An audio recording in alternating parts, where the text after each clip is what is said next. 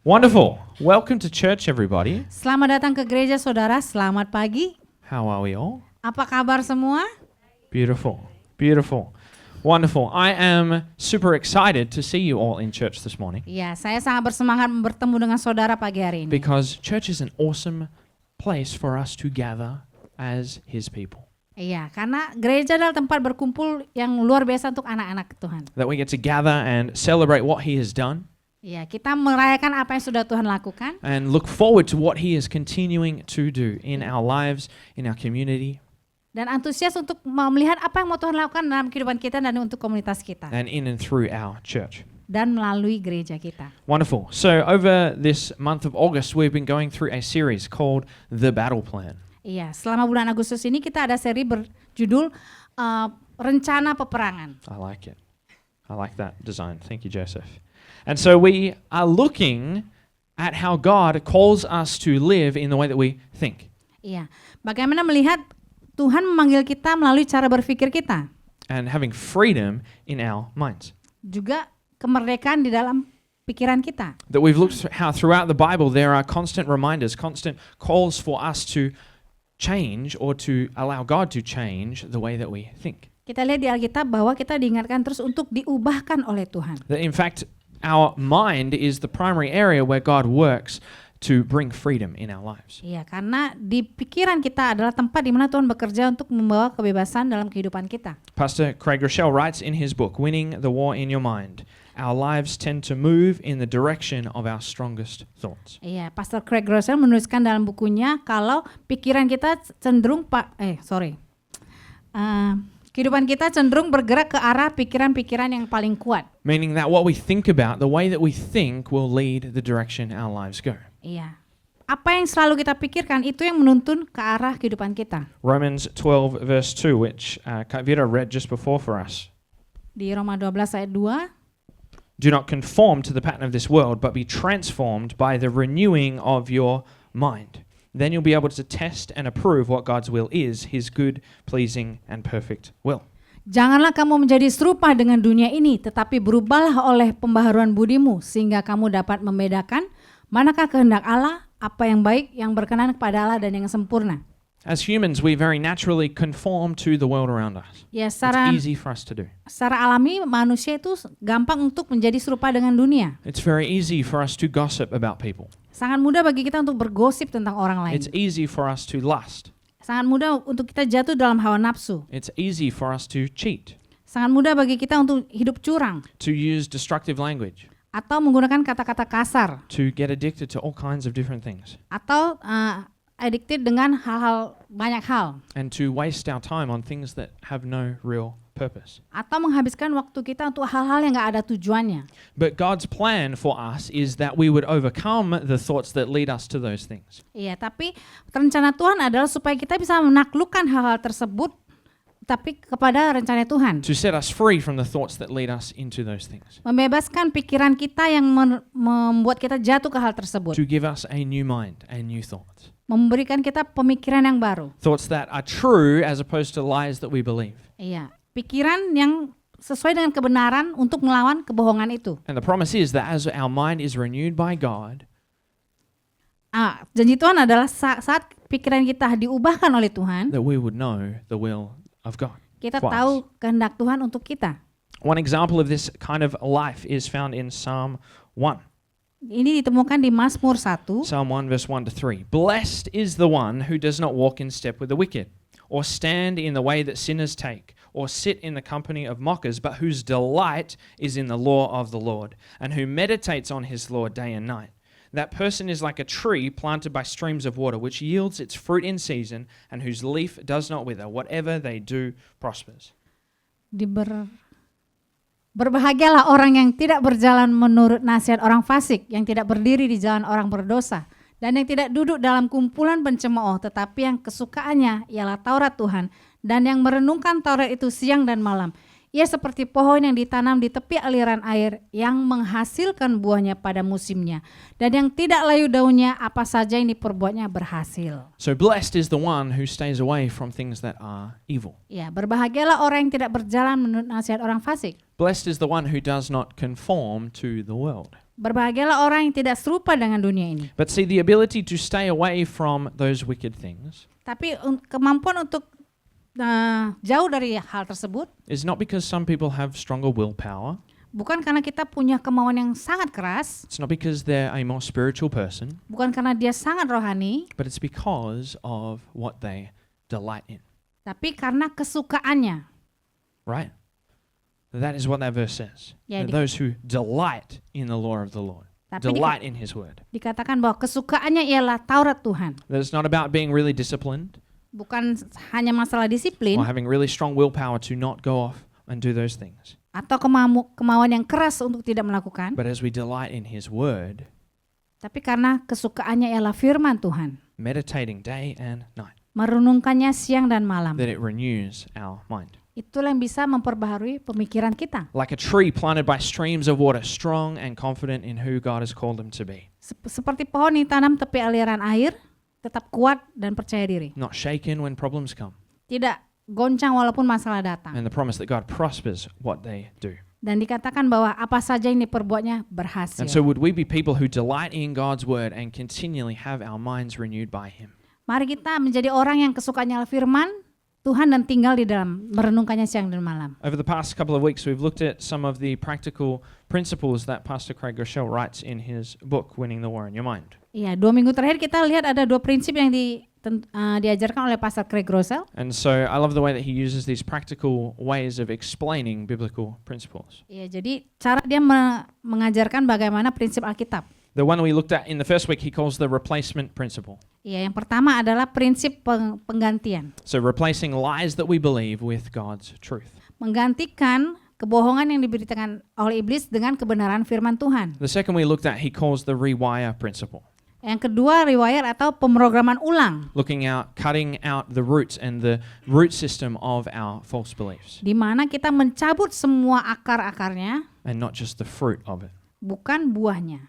And this morning we're going to look at 2 more of these principles of applying biblical truth to our lives. Hari ini kita akan belajar lagi 2 prinsip untuk mengaplikasikan kebenaran firman Tuhan. We're moving all around in the Bible today. Let's go to Proverbs chapter 3.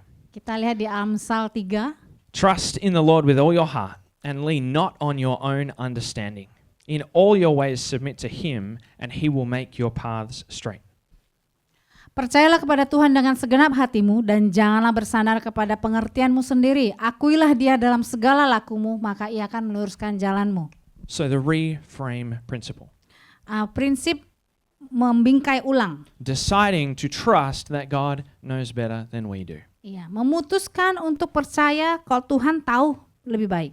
Anyone who uses glasses will know that every couple of years we need a new pair of glasses, right? Iya, orang yang punya kacamata ngerti kalau dalam beberapa tahun harus mengganti kacamata. They seem to get scratched very quickly. Iya, terutama lensanya karena gampang tergores. Our eyes change, Mata kita berubah. and soon enough we can't see properly out of them. Iya, kalau kita nggak ganti tidak bisa kita melihat dengan jelas. And the only way to fix that is to get a new set of frames. Iya, untuk memperbaiki penglihatan kita harus mengganti lensa yang baru. Similarly, in our lives, as we look through old ways of thinking at the world around us, Ya, sama dengan kita juga kita tidak bisa menggunakan cara pemikiran kita yang lama. it's like looking through those scratched lenses.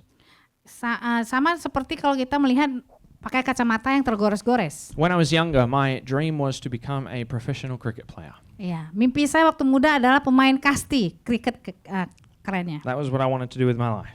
Itu yang saya mau lakukan dalam hidup saya. And at one point, I mean, half of you probably don't know what cricket is. It's kind of like baseball a little We bit. call it kasti here. Yes, okay, there you go. They actually have a cricket field in Iya. Jimbaran. How good. And so at one point in my later high school years, I got into quite a high level team. Iya, jadi dia terpilih waktu di sekolah SMA ya untuk menjadi tim kriket. And so I wasn't the best on that team by any stretch of the imagination, but I was pretty good. Ya, saya tidak yang terbaik tapi lumayan lah katanya. And so at that point I was training 4 nights a week and then playing games 2 days a week. Yes. So pretty much my whole life was cricket. Iya. Jadi saya latihan 4 malam per minggu dan bertanding 2 kali seminggu. Jadi hidup saya adalah kriket. The problem was our games were on Sunday mornings. Masalahnya pertandingan itu selalu hari Minggu pagi. And so for 4 months of every year over the cricket season, I was not going to church. Ya, jadi selama 4 bulan sepanjang tahun saya tidak pergi ke gereja. But see, I would pray and ask God. I was like, God, help me to improve so that I can give glory to you through this sport. Doa saya dulu adalah, Tuhan tolonglah saya semakin berkembang supaya saya memuliakan Tuhan melalui permainan ini. Seems like a pretty good dream to have, hey? Yeah. Glorifying God in something that I love. Ya, doa yang baik supaya saya memuliakan Tuhan. And so, however, after a few years of this, I began to feel that I needed to give it up. Iya, setelah berapa tahun saya pikir kayaknya saya harus berhenti. It was as though God was speaking to me and saying, hey, you need to let go of that. Iya, saya merasakan Tuhan bisa lepaskan. I didn't want to. Sebenarnya saya nggak pengen. I thought I had it all planned out. I was going to become a professional player and I was going to be able to give glory to God going all around the world. Iya, saya tetap pikir, Tuhan, saya pengen jadi pemain profesional yang memuliakan Tuhan. But as I stopped and thought about it, I knew that God was the one that was calling me to give it up. Iya, saya setelah berpikir, saya tahu kalau Tuhan yang suruh saya untuk berhenti. It was as though he was almost saying, what's more important, me or this dream you have? Iya. Tuhan bertanya, siapa yang lebih penting, mimpimu atau saya? And so God never answered that prayer. Ya, syukurnya Tuhan tidak pernah menjawab doa saya yang tadi. God never answered the prayer to help me improve at cricket so that I could go around the world and glorify him in that way. Ya, Tuhan tidak pernah menjawab doa saya menjadi pemain kriket profesional supaya pergi ke seluruh dunia. Now, looking through old lenses, I might say, God, what is wrong with you? Why would you do that? Iya, kalau saya melihat dengan lensa saya akan tanya, Tuhan ini kenapa? That's Kenapa? our natural human response often to things going wrong or things not going as we expected. Iya, itu respon natural manusia kalau segala sesuatu tidak berjalan sesuai rencana kita pasti bilang, kenapa Tuhan? But thank God he did not answer that prayer. Hey? Ya, saya bersyukur Tuhan tidak menjawab doa itu. I would probably not know my lovely wife. I would Asik. probably not be here today.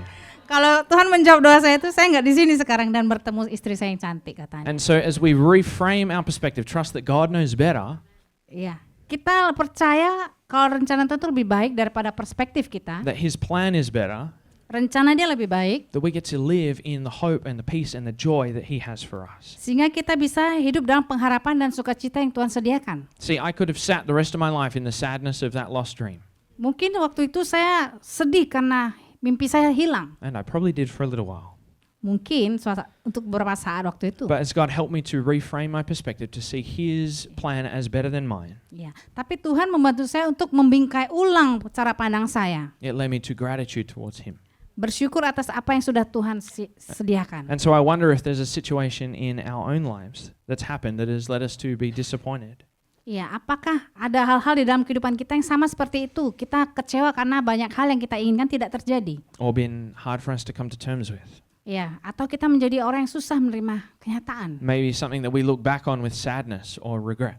Atau ada hal-hal yang kita lihat ke belakang kelihatannya sedih dan membawa penyesalan. It could be unanswered prayer Atau doa yang tidak terjawab, or rejection, penolakan, a tragedy in your life, atau tragedi dalam kehidupan a kita. dream that you've let go of. Atau mimpi yang harus kita lepaskan. You see, we cannot control what has happened, Kita tidak bisa mengendalikan apa yang terjadi, but by the God's grace, we can control how we see it. iya.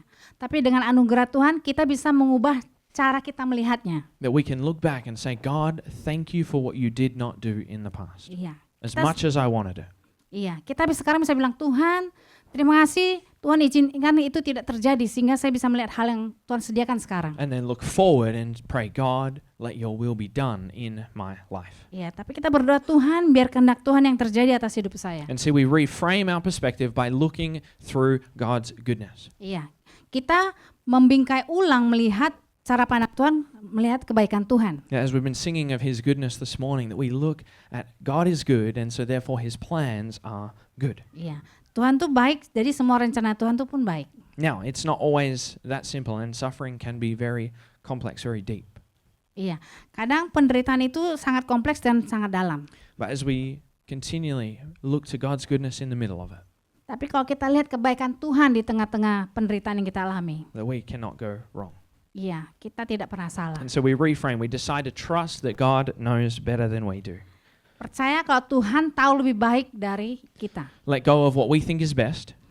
Lepaskan apa yang kita pikir itu terbaik. And as we do, the promise of Proverbs 3 is that as we do trust God with all our heart, Kita dikatakan bahwa di Amsal, percayalah kepada Tuhan dengan segenap hatimu. that he makes our paths straight. supaya ia meluruskan jalanmu. Not that we will never have problems or disappointments again, Bukan berarti kita tidak punya masalah atau kecewa lagi, but that our life will be full of purpose in Him. tapi hidup kita penuh dengan tujuan di dalam Tuhan. That as we continue to trust Him, that we will grow and become more like Jesus, continually having our minds renewed. Kita semakin mempercayai Tuhan dan supaya pikiran kita semakin diubahkan juga. And so we reframe. We ask God to help us see through His perspective. Iya, jadi kita membingkai ulang, minta Tuhan, Tuhan ajarin aku untuk melihat dengan perspektifmu. Trusting that He knows better than we do. Percayalah bahwa Tuhan tahu lebih baik daripada kita. Wonderful. Who complained this week? Iya, Anyone siapa complain yang this minggu week? ini komplain atau mengeluh? Anyone? Pretty sure all of us would have complained at some point. Who got anxious and stressed out about something this week? Iya, siapa yang minggu ini marah dan juga cemas akan sesuatu? See, we as humans can be very good at complaining, can't we? Iya, kita sebagai manusia sangat pinter, jago dalam komplain. I'm sure it's a skill that we all have. Iya, itu Not a good skill though. skill yang luar biasa memang. But see, as we complain, it makes us feel justified in our situation. It makes us feel justified for feeling the way we do. Iya, jadi kalau kita komplain itu kita membenarkan perasaan kita pada saat itu For a moment, it gives us relief. dan memberikan rasa relief ketika kita komplain. But see, complaining focuses us on the problem or what we're facing or the circumstance that we're in. Kadang kita komplain itu menyatakan rasa kecewa kita pada situasi yang terjadi. And if we continue in complaining, it actually takes us away from trusting in God. Iya, kalau kita terus menerus komplain berkeluh kesah itu membuat kita jauh dari percaya kepada Tuhan. See, if I'm continually complaining about something, what I'm pretty much saying to God is, God, you have made a mistake. This is not how it should be. Ya, kalau saya terus komplain artinya saya meragukan Tuhan dengan bilang, Tuhan, kenapa Tuhan izinkan ini? My life is not how it should be. Ini tidak seharusnya terjadi. Pretty crazy thing to say to God. Luar biasa kau berani gitu sama Tuhan. Yeah, benar. Philippians 4 verse 4. Iya, Filipi 4 ayat 4. Rejoice in the Lord always. I will say it again, rejoice. Bersukacitalah senantiasa dalam Tuhan. Sekali lagi katakan bersukacitalah. And so this fourth principle is called the rejoice principle. It's very simple. Iya, jadi prinsip yang kedua ini disebut bersukacita. That we choose to go to joy, that we choose to fix our eyes on Jesus no matter what is happening in our lives. Kita memilih untuk bersukacita terlepas dari apapun situasi kehidupan kita. See, God, He created joy, right? He wants us to experience joy. Iya, Tuhan pengen kita mengalami sukacita. In our lives, it's very easy for us to get caught up in just following what makes us feel good or feel happy in a moment. Iya, mungkin kita kadang terjebak dalam ini yang membuat saya bahagia, ini yang membuat saya senang. Our brain often tells us that, I want to experience joy, so let me find it in this easy way. Iya, kadang kita berpikir untuk mencari cara termudah mengalami sukacita. But in doing so, we often sell ourselves short of the true joy that God has for us. Iya, tapi sebenarnya apakah sukacita yang sesungguhnya? You see, like the blessed person of Psalm 1, we are called to delight or to rejoice in God. Ya, dikatakan di Mazmur bahwa orang yang kesukaannya atau bersukacita di dalam Tuhan. So if we think about our minds right now, right? Think about what you've thought over the past week. Ya, mari kita pikirkan apa yang kita pikirkan selama seminggu ini. That maybe we're believing a lie that everything in our life needs to be good before we can experience joy. Iya, kita mungkin berpikir gini, hidup saya harus bagus dulu baru saya bersukacita.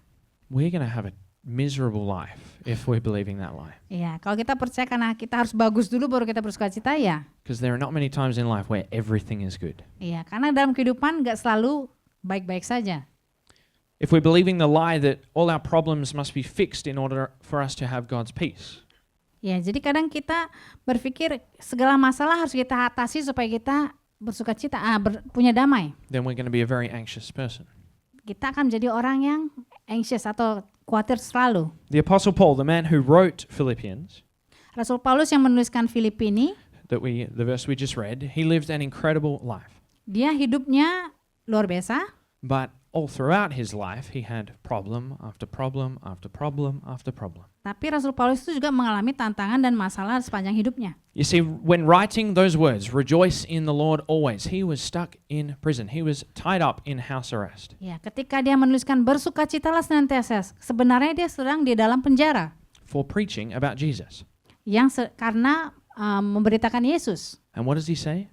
Apa kata Paulus? Rejoice in Jesus. Bersukacitalah dalam Tuhan. It's crazy. See, Paul, he's not just offering us a nice encouragement to make us feel better about ourselves. Iya, jadi Paulus menyatakan bersukacita itu supaya membuat kita lebih baik, tidak? If we go back to the start of Philippians in chapter 1, verse 12, he says, "Now I want you to know, brothers and sisters, that what has happened to me has actually served to advance the gospel." This is being under arrest. As a result, it has become clear throughout the whole palace guard and to everyone else that I am in chains for Christ. And because of my chains, most of the brothers and sisters have become confident in the Lord and dare all the more to proclaim the gospel without fear. Aku menghendaki saudara-saudara supaya kamu tahu bahwa apa yang terjadi atasku ini justru telah menyebabkan kemajuan Injil. Sehingga telah jelas bagi seluruh istana dan semua orang lain bahwa aku dipenjarakan karena Kristus dan kebanyakan saudara dalam Tuhan telah beroleh kepercayaan karena pemenjaraanku untuk pertama berani berkata-kata tentang firman Allah dengan tidak takut. You see, Paul, he could have written to just complain about his situation. Bisa saja Rasul Paulus di keadaan di penjara ini dia komplain. All he wanted to do was preach the gospel in Rome. Tapi yang dia mau lakukan adalah memberitakan Injil di Roma. And surely it would have been better for him to be free and not under arrest to be able to do that freely. Iya, dia pasti menginginkan untuk dia dibebaskan, tidak ditahan waktu itu untuk menuliskan kitab ini. But we actually see Paul kind of applying both of these principles. He's reframed what he's going through. Iya, jadi apa yang dilakukan Rasul Paulus adalah dia membingkai ulang untuk melihat kebenaran Tuhan. That it is actually building God's kingdom.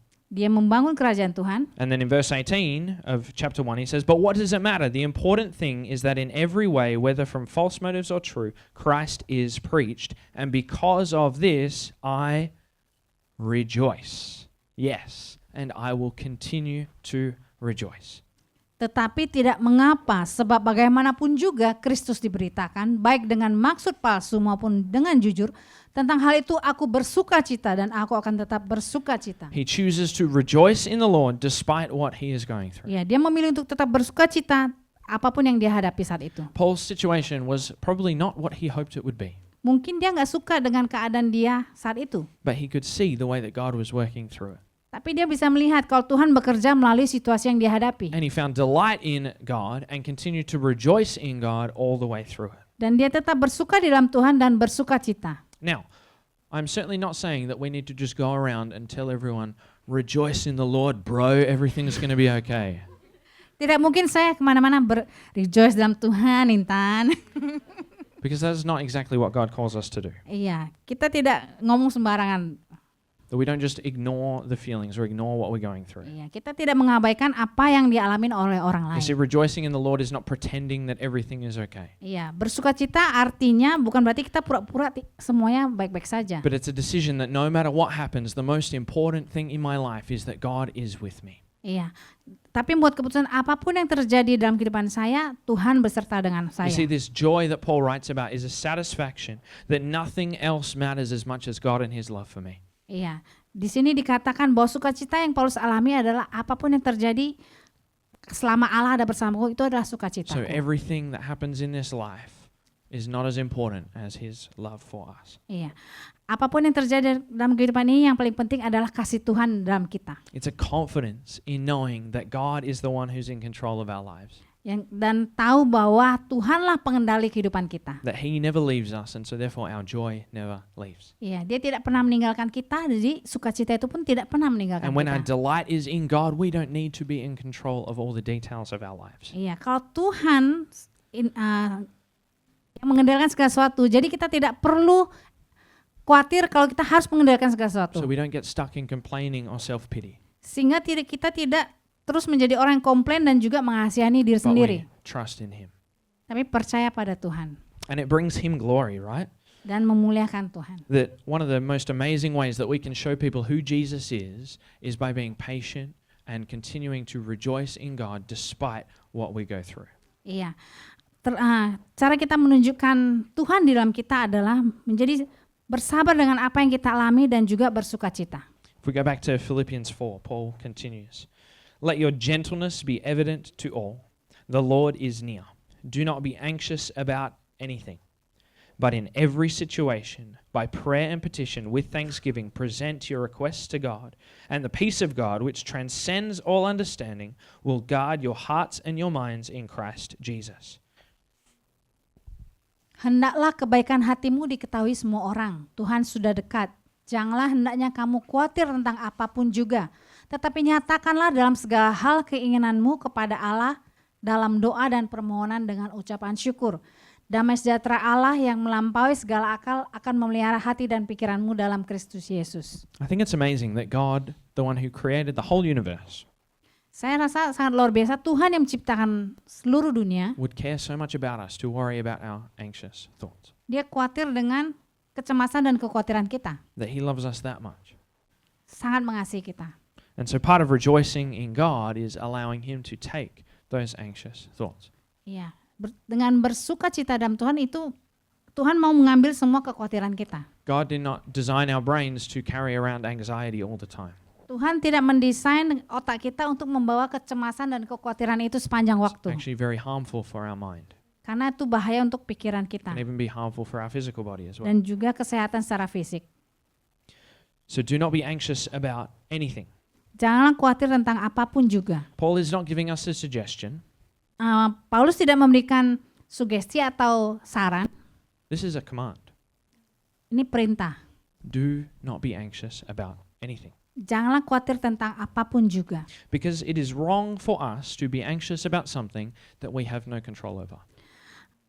Tidak benar bagi kita untuk khawatir tentang sesuatu yang di luar kendali kita. See, it is not our responsibility to be anxious about the outcome of our lives. That is in God's hands. Iya, ini bukan tanggung jawab kita untuk khawatir tentang sesuatu yang terjadi di luar hidup kita. It is absolutely our responsibility to trust God and to continue to follow Him. Tapi tanggung jawab kita adalah percaya kepada Tuhan But dan mengikut Dia. If God is in control, then it's not our place to be anxious about how things turn out. Kalau Tuhan yang mengendalikan sesuatu, percaya kalau kita nggak perlu khawatir. Now, Paul gives us a very practical step about what to do in this situation when we're feeling anxious. Iya, Paulus menyatakan apa yang harus saya lakukan ketika saya khawatir. We've probably all heard of it before. Mungkin kita sudah pernah dengar. It's called prayer, Namanya berdoa. and it is a radical thing. Dan ini adalah hal yang radikal. That worry and anxiety, they take away our joy. Khawatir dan kecemasan mengambil sukacita. But trusting God through prayer fills us with joy. Tapi mempercayai Tuhan melalui doa membawa sukacita. Pastor Craig Rochelle in his book uses this illustration, which I have created here. It's called the God box. Ya, Pastor Craig Rochelle memberikan ilustrasi disebut kotaknya Tuhan. And to be clear, God is not the box.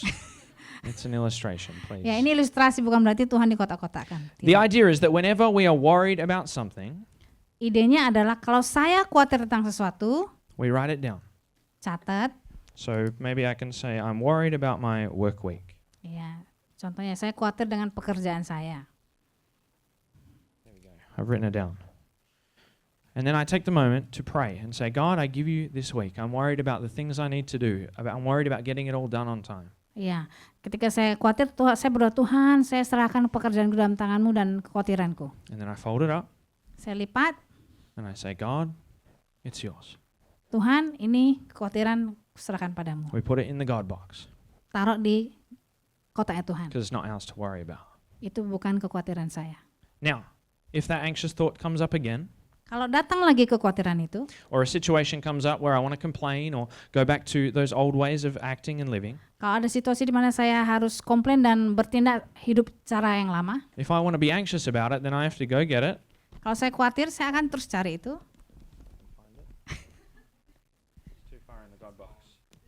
Anyway, you get the point. I have to then take that out again Kalau saya ambil itu lagi keluar, and say, God, I don't trust you with this anymore. artinya saya bilang, Tuhan, saya nggak percaya lagi sama Tuhan. Is anyone brave enough to do that? Berani ngomong gitu?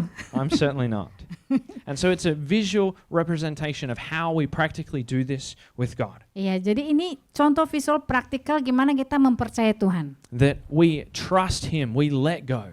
Iya, kalau kita percaya berarti kita lepaskan kepada Tuhan. And that when that anxious thought comes up again, we go and we take it and we say, God, I continue to trust you with this, and put it straight back. Kalau rasa khawatir itu datang lagi, kita ambil, kita doakan, kita taruh lagi. And so God invites us to do this. He invites us to pray. Ya, Tuhan mengajak kita untuk berdoa. He doesn't stand far off and say, don't you dare be anxious about anything. Ya, Tuhan nggak bilang ini berani-berani kau khawatir. Tidak. But he invites us to come to him in prayer. Tapi dia bilang berdoa. The times where we have nowhere else to go. Ada saatnya kita pergi. The times when we're overcome by anxiety or worry. Ada saatnya kita bisa tidak bisa mengatasi rasa khawatir dan cemas. That he invites us to come to him. Tapi Tuhan bilang datanglah. And to literally exchange our anxiety, our worry, our fear for his peace and joy. Iya, dengan berdoa Tuhan memberikan dan menggantinya dengan sukacita dan damai sejahtera. That's a good deal. I like that deal. Good deal.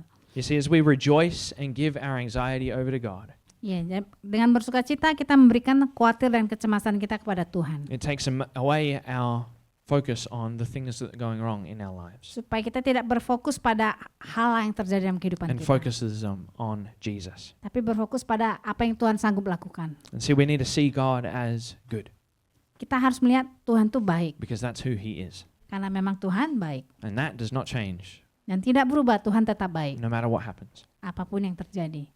And so we rejoice. We look to Jesus in the middle of our problems. Kita melihat Yesus di tengah permasalahan kita. As we come to a close, I want to read from Hebrews Saya mau bacakan di Ibrani. chapter 12, verse 1 through 3. Therefore, since we are surrounded by such a great cloud of witnesses, let us throw off everything that hinders and the sin that so easily entangles, and let us run with perseverance the race marked out for us, fixing our eyes on Jesus, the pioneer and perfecter of our faith. For the joy set before him, he endured the cross, scorning its shame, and sat down at the right hand of the throne of God. Consider him who endured such opposition from sinners, so that you will not grow weary and lose heart. Karena kita mempunyai banyak saksi bagaikan awan yang mengelilingi kita, marilah kita menanggalkan semua beban dan dosa yang begitu merintangi kita, dan berlomba dengan tekun dalam perlombaan yang diwajibkan bagi kita. Marilah kita melakukannya dengan mata yang tertuju kepada Yesus, yang memimpin kita dalam iman, dan yang membawa iman kita itu kepada kesempurnaan, yang dengan mengabaikan kehinaan, tekun memikul salib ganti sukacita yang disediakan bagi dia. Yang sekarang duduk di sebelah kanan tahta Allah, ingatlah selalu akan dia, yang tekun menanggung bantahan yang sehebat itu terhadap dirinya dari pihak orang-orang berdosa, supaya jangan kamu menjadi lemah dan putus asa. The chapter before, the writer of Hebrews writes this long list of people of faith throughout the Old Testament. Sebelum ini dikatakan tentang orang-orang beriman di dalam perjanjian lama. He says, look at them as an example, do as they did. Dikatakan, lihatlah teladan mereka. Throw off everything that does not help, Tanggalkan semua yang begitu membebani, so that you can run this race with perseverance. supaya engkau bisa bertanding pertandingan iman ini. You see, a big part of God's plan for victory in our mind is about what we throw off, what we get rid of. Supaya kita bisa menang di dalam pemikiran kita, yaitu apa yang kita tanggalkan. Throwing off things that stop our mind being renewed. Ya. Tanggalkan semua yang menghalangi pikiran kita untuk diperbaharui. Throwing off old and sinful ways of thinking. Tanggalkan dosa dan beban yang begitu merintangi. These things, no matter how good they feel, they serve no purpose for our lives. Karena hal tersebut tidak punya tujuan dalam hidup kita. They are unnecessary. They hold us back from what God has for us. Karena hal dosa dan beban itu menjauhkan kita dari Tuhan. And so if we take a moment to look at our lives, to think about where our life is heading, Kalau kita lihat hidup kita ada di mana? to think about our thoughts of the last week, Di mana pikiran kita yang kita you see, if our mind is not being renewed, then something needs to change. kalau pemikiran kita tidak diperbaharui, ada yang harus diubahkan. If we regularly get stuck in negative patterns of thinking, Kalau kita terus-menerus di pemikiran yang negatif. if temptation comes and we let that temptation, those thoughts linger and just play with them a little bit, Kalau cobaan itu datang dan pemikiran itu terus tinggal dalam pikiran kita, then we need to change something in the way that we ada live.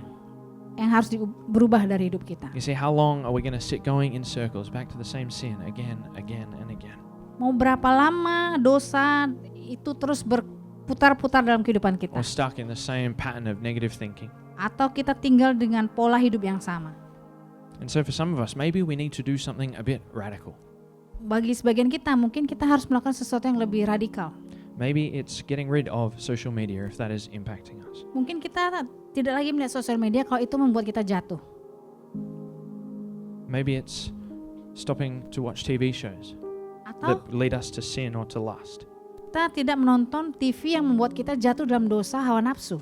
Maybe it's not hanging out with people that lead us to get drunk and to smoke or to speak rudely. Atau tidak bergaul dengan orang-orang yang membawa kita menjadi orang yang suka mabuk atau juga merokok. Maybe it's a decision that we need to be accountable to someone about the way we're living so that we can live a life of integrity when no one else is looking. Iya, mungkin kita harus hidup dengan orang yang punya dengan integritas dan bisa dipercaya. Now, this is what we're called to do as the church, to do this together. Iya. Kenapa kita dipanggil sebagai salah satu gereja, itu mari kita lakukan bersama. You see, all of these other things, they hinder us. They stop us from living the life God has for us. Apapun yang membuat kita jauh dari Tuhan, And so we throw them off tanggalkan. so we can run this race with our eyes fixed on Jesus. Supaya kita bisa berlari dalam pertandingan iman. That we don't look at the hurdles or the puddles or the things that are in the way, Jangan melihat tantangan, genangan atau apapun yang ada dalam sepanjang jalan but kita. on Jesus who is much greater than it all. Tapi melihat pada Yesus yang lebih besar dari segalanya.